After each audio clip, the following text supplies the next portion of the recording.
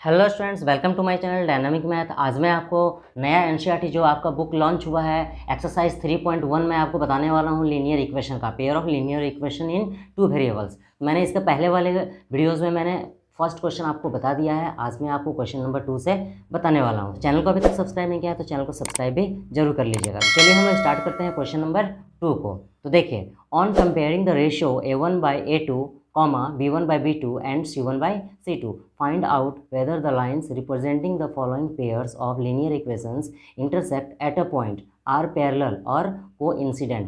यानी कि आपको क्या करना है, यहाँ पर बताना है, ये पूरे इक्वेशन का यूज़ करके आपको ये बताना है कि कौन सा जो लाइन सेगमेंट है वो इंटरसेक्ट कर रहा है, कौन सा जो है वो पैरेलल है और कौन कौन कोइंसिडेंट है। तो देखिए, मैंने आपको बेसिक वाली वीडियो में मैंने आपको बताया था, एक बार मैं आपको फिर बता देता हूँ। देखिए, यहाँ पर दिया हुआ है ये कि A1/A2 is not equal to B1/B2 अगर आता है तो वो हमेशा क्या करेगा, लाइंस जो ग्राफ हम लोग बनाएंगे वो ग्राफ हमेशा इंटरसेक्ट करेगा, तो इंटरसेक्टिंग लाइन हो जाएगा वो। जब हम क्वेश्चन को सॉल्व करेंगे तो A1/A2 is not equal to B1/B2 अगर आएगा तो वो क्या हो जाएगा, इंटरसेक्टिंग लाइन में आ जाएगा, यानी कि लाइन जो है वो इंटरसेक्ट करेगा। उसके बाद A1/A2 is equal to B1/B2 is equal to C1/C2 अगर आता है, तीनों इक्वल अगर होता है तो वो कोइंसिडेंट लाइन में आ जाएगा। और अगर A1/A2 is equal to B1/B2 होता है but B1/B2 is not equal to C1/C2 होता है तो वो पैरेलल लाइंस में आ जाएगा। तो इतना आपको याद रखना है, ये 3 पॉइंट आपको याद रखना है कि कभी भी A1/A2 is not equal to B1/B2 आता है तो वो इंटरसेक्टिंग लाइंस में आ जाएगा।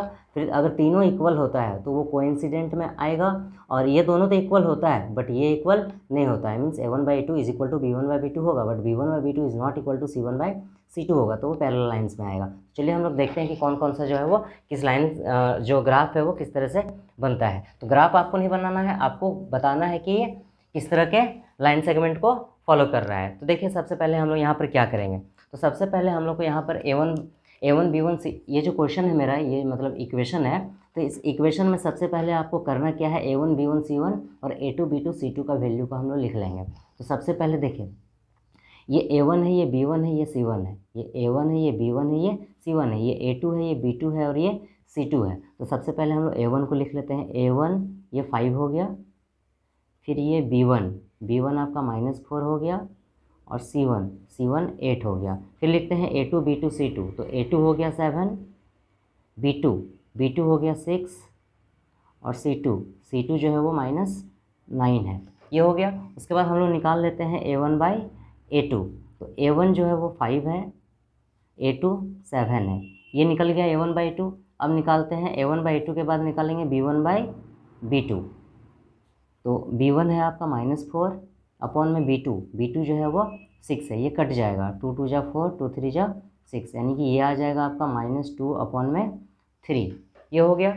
उसके बाद हम लोग निकाल लेते हैं A1/A2 B1/B2। अब निकालेंगे C1/C2, तो C1 है आपका 8 अपॉन में C2 -9 है, तो ये माइनस को हम लोग यहाँ रख लेते हैं। तो देखिए, ये तीनों निकल गया। अब देखिए यहाँ पर आप कंपेयर कीजिए, A1/A2 5/7 आया है, B1/B2 2/3 आया है, -2/3 आया है, और C1/C2 -8/9 आया है, यानी कि तीनों में से कोई जो है वो इक्वल नहीं आया है, तीनों में कोई इक्वल नहीं है। जब तीनों इक्वल नहीं तो हम लोग क्या लिख सकते हैं, A1/A2 is not equal to B1/B2 is not equal to C1/C2, यानी तीनों में मेरा कोई इक्वल नहीं है। जब इस तरह का कंडीशन आता है तो हम लोग क्या करते हैं, तो इक्वेशन जो होता है, जो ग्राफ होता है, वो क्या करता है, इंटरसेक्ट करता है एक पॉइंट पे। तो हम लोग यहाँ लिख लेंगे, सो इक्वेशन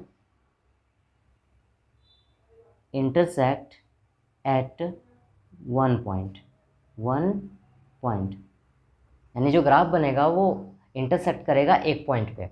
ओके, इस तरह से जब भी मेरा कंडीशन आएगा तो ये समझ में आ गया। चलिए हम लोग क्वेश्चन नंबर 2 को देखते हैं।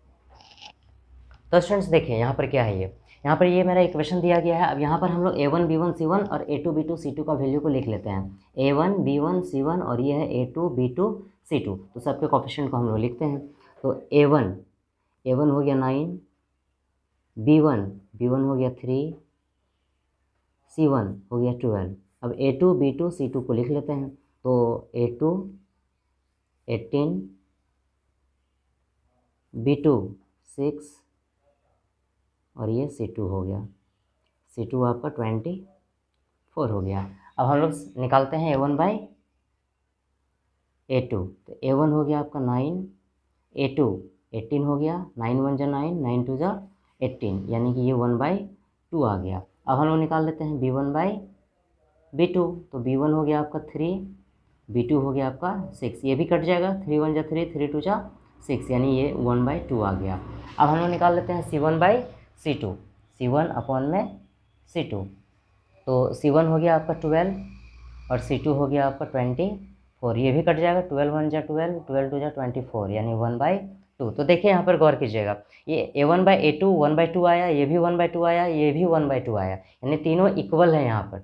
जब तीनों इक्वल है तो हम लोग यहाँ पर क्या लिखेंगे, सो A1/A2 इक्वल है B1/B2 के, और B1/B2 भी इक्वल है C1/C2 के। तो ये तीनों क्या हो गया मेरा, इक्वल हो गया। जब तीनों इक्वल होता है तो लाइन सेगमेंट का जो लाइन जो हम लोग ग्राफ बनाते हैं तो वो क्या करता है, को इंसिडेंट होता है। तो हम लोग यहाँ लिख लेंगे, सो लाइन्स आर को इंसिडेंट, सो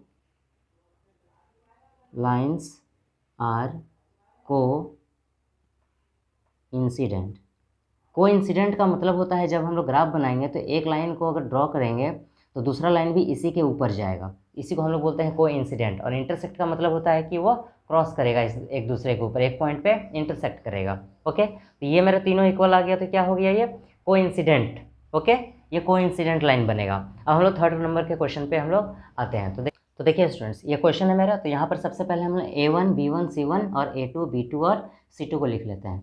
तो A1 को लिख लेते हैं हम लोग, A1 ये 6 है, A1 के बाद B1 लिखते हैं, B1 -3 है, और C1 का वैल्यू 10 है। फिर A2 B2 C2 को लिख लेते हैं, तो A2 हो गया आपका 2, B2 हो गया, यहाँ पर देखिए ये माइनस है और यहाँ कोफिशिएंट में कुछ नहीं तो 1 है, तो हम लोग यहाँ 1 लिखते हैं, और C2 में आपका 9 है। अब हम लोग सबका वैल्यू को हम लोग यहाँ निकाल लेते हैं। तो सबसे पहले हम लोग निकालेंगे A1/A2, तो A1 है आपका 6 और A2 है 2, 2 3 जा 6, कट गया ये, तो ये आपका 3 आ गया, ये आपका 3 आ गया। अब A1/A2 के बाद B1/B2 निकाल लेते हैं। तो B1 हो गया आपका -3 और B2 हो गया आपका -1, ये माइनस से माइनस कट गया, तो ये भी आपका 3 आ गया, ये भी आपका 3 आ गया। अब हम लोग निकाल लेते हैं C1/C2, तो C1 हो गया आपका 10 और C2 हो गया आपका 9, ये कटेगा नहीं क्योंकि ये इवन है, ये ऑड है। तो देखिए यहाँ पर A1/A2 3 आया, B1/B2 3 आया, बट C1/C2 अलग आ रहा है, यानी ये दो इक्वल हो रहा है बट ये इक्वल नहीं हो रहा है। तो मेरा कंडीशन क्या बन रहा है यहाँ पर, देखिए आपका A1/A2 जो है वो इक्वल आ रहा है B1/B2 के, बट B1/B2 जो है वो इक्वल नहीं है C1/C2 के। ये दोनों तो इक्वल आ रहा है 3 3, बट ये इक्वल नहीं आ रहा है, यानी A1/A2 इक्वल टू है B1/B2 के, but B1/B2 is not equal to है C1/C2 के। तो ये कंडीशन मेरा किसका होता है, पैरेलल लाइन का कंडीशन होता है, यानी कि इस तरह का ग्राफ कभी भी हम लोग बनाएंगे तो वो क्या होता है मेरा, पैरेलल होता है टू ईच अदर। तो हम लोग यहाँ लिख लेंगे, so lines are parallel to each other, यानी लाइन से जब हम लोग इसका ग्राफ बनाएंगे तो लाइन सेगमेंट क्या करेगा मेरा, इस इक्वेशन का जब हम लोग ग्राफ बनाएंगे तो वो मेरा लाइन जो है, वो जो ग्राफ है वो कैसा बनेगा मेरा, पैरेलल बनेगा, यानी कि वो कभी मीट नहीं करेगा। तो आई होप कि आपको ये अच्छे से समझ में आ गया होगा। तो मिलते हैं फिर हम लोग नेक्स्ट वीडियो में। चैनल को अभी तक सब्सक्राइब नहीं किया तो चैनल को सब्सक्राइब भी जरूर कर दीजिएगा, लाइक भी जरूर कर दीजिएगा, और अपने सारे दोस्तों में इसको शेयर भी जरूर कीजिएगा। मिलते हैं फिर हम लोग नेक्स्ट वीडियो में, तब तक के लिए बाय बाय।